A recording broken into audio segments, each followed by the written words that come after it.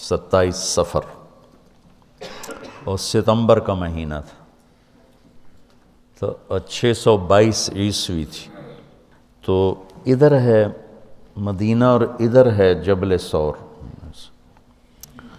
تو ابو بکر نے عرض کی میں نے ایک غار ڈھونڈ رکھا ہے، پہلے وہاں چلتے ہیں، تو جب ہماری تلاش ذرا رک جائے گی پھر ہم نکلیں گے۔ تو اللہ کے نبی پنجوں کے بل چل رہے تھے، پنجوں کے بل۔ پنجوں کے بل اس لیے چل رہے تھے کہ پاؤں کا نشان دیکھ کر کھوجی پیچھے نہ پہنچ جائے۔ یہ ایک علم تھا جو اب مٹ گیا ہے، چونکہ سڑکیں پکی ہو گئیں تو چور کا نشان ختم ہو جاتا ہے۔ جب سڑکیں کچی ہوتی تھیں تو اس کے قدموں کو کھوجی پہچانتا ہوا چلتا چلتا چلتا اس کے گھر پہنچ جاتا تھا، چاہے وہ 100 میل ہوتا تھا۔ تو یہ کوئی مکہ سے غار ثور 3 میل تھا، تو آپ ایسے جا رہے تھے ایسے۔ ابو بکر کبھی آپ کے آگے چلتے کبھی پیچھے چلتے، کبھی آگے چلتے کبھی پیچھے چلتے۔ تو آپ نے پوچھا یہ کیا کرتے؟ کبھی آگے کبھی پیچھے۔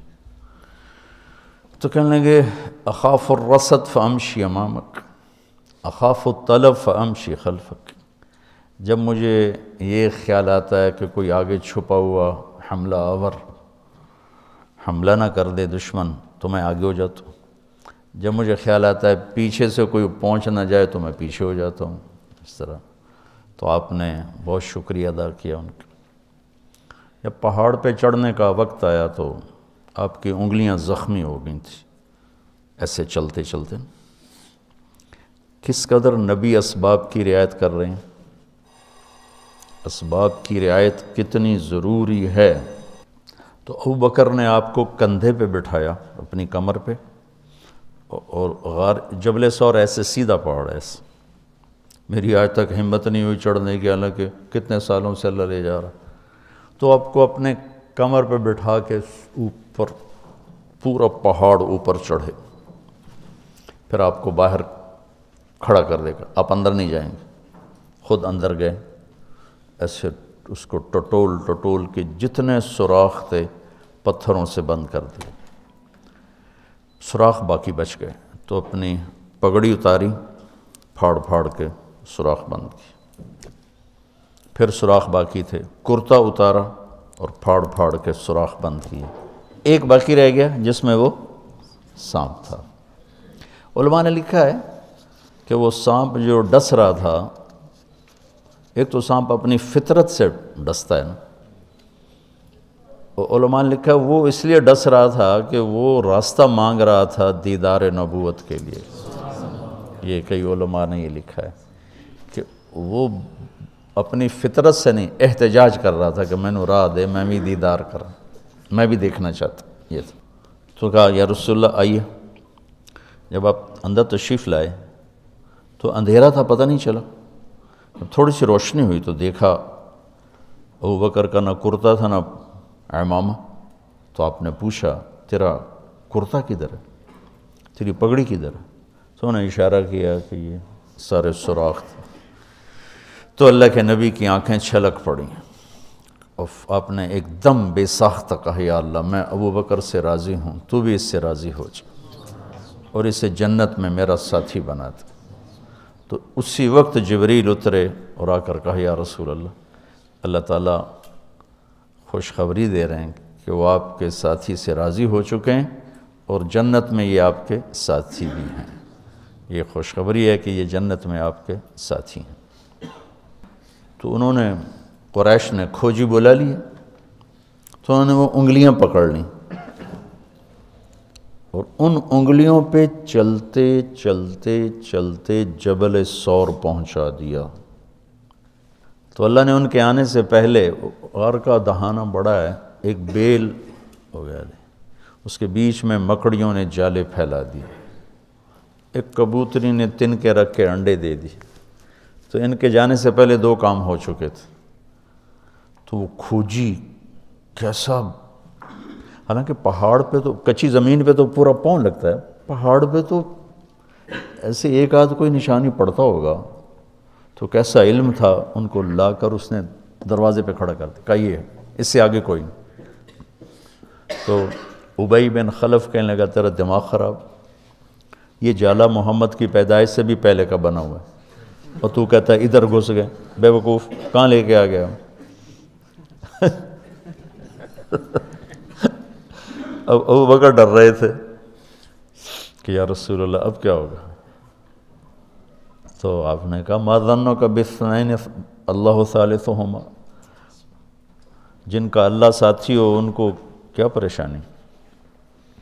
تو امیہ بن خلف نے وہیں دروازے غار کے منہ پہ بیٹھ کے اندر منہ کر کے پیشاب کیا، اب دونوں سامنے بیٹھے تھے۔ تو آپ نے مسکراتے ہوئے فرمایا دیکھو اگر یہ ہمیں دیکھ سکتے تو یہ یہاں بیٹھ کے پیشاب کرتا؟ تو انہوں نے آرام سے وہاں پیشاب کیا، وہ سامنے بیٹھے ہوئے تھے دونوں۔ اللہ نے بیچ میں پردہ ڈال دی۔ قرآن ابوبکر صدیق کے اندر کے جذبے کو بتاتا ہے، لا تحزن لا تحزن۔ قوم موسیٰ جب سامنے پانی اور پیچھے فرعون، تو ان کے جذبات کی ترجمانی کرتا ہے انا لمدرکون، انا لمدرکون۔ 40 برس کی صحبت اٹھائی ہے دو نبیوں کی، ہارون اور موسیٰ۔ وہ کلیم اللہ ہیں، پہلے رسول کلیم اللہ، رسول تو ان سے بھی پہلے تھے، کلیم اللہ پہلے کلیم اللہ ہے، اور 4 بڑے انبیاء میں سے ایک ہیں، ابراہیم، موسیٰ، عیسیٰ، نوح، اور 5ویں ہمارے نبی سب سے بڑے۔ تو جب آگے سمندر اور پیچھے فرعون، تو ان کو اپنے نبی کی کوئی فکر نہیں رہی، نہ موسیٰ علیہ السلام نہ ہارون۔ انا میں غور کرو، اور لام پہ غور کرو، ایک انا اور لام، اس کا ترجمہ میں یوں کیا کرتا ہوں کہ کہنے لگے موسیٰ تو نے مروا کے ہی چھوڑا ہمیں، آپ کا کیا بنے گا، اب کیا ہوگا، آپ کی جانوں کو خطرہ ہے، ہم مارے گئے، ہم پکڑے گئے۔ تو آگے موسیٰ علیہ السلام نے اتنی شدت سے کہا کلا۔ کلا کا ترجمہ میں یوں کیا کرتا ہوں کہ ہو تسی اسے لیک کہ یا تسی پانی ڈوب جاؤ یا تو فرعون لتر مارے، لیکن ان معی ربی، میرا رب میرے ساتھ ہے، مجھے بچائے گا تو میری تو فعل تم بھی بچو گے۔ تو انا لمدرکون ان کے ذہن کی عکاسی کرتا ہے، پستی ذہن کہ صرف اپنی پڑ گئی، اور لا تحزن عکاسی کرتا ہے کہ ابراہیم ابوبکر اپنی جان کا اگر خوف ہوتا تو لفظ آتا لا تخف، انہیں غم لگ گیا اپنے نبی کا کہ اب میرے نبی کا کیا ہوگا۔ تو حزن اپنے لیے نہیں، اپنے دوسرے کے لیے، آپ کی اب آپ کا کیا بنا، اب میرے نبی کا کیا بنے گا، اس کیفیت کے لیے قرآن نے اس میں عظمت صدیق ہے، لا تحزن، کہ انہیں اپنا کوئی فکر نہیں تھا، انہیں فکر پڑ گیا نبی کی۔ تو انہوں نے کہا ان اللہ معنا، اور ان اللہ معنا صدیق کو بھی اپنے ساتھ لے لیا، تیرے میرے دونوں کے ساتھ اللہ ہے، فکر۔ موسیٰ علیہ السلام نے صرف اپنے آپ کو لیا ان کے اس جملے کی وجہ سے، ان معی ربی، میرا رب میرے ساتھ۔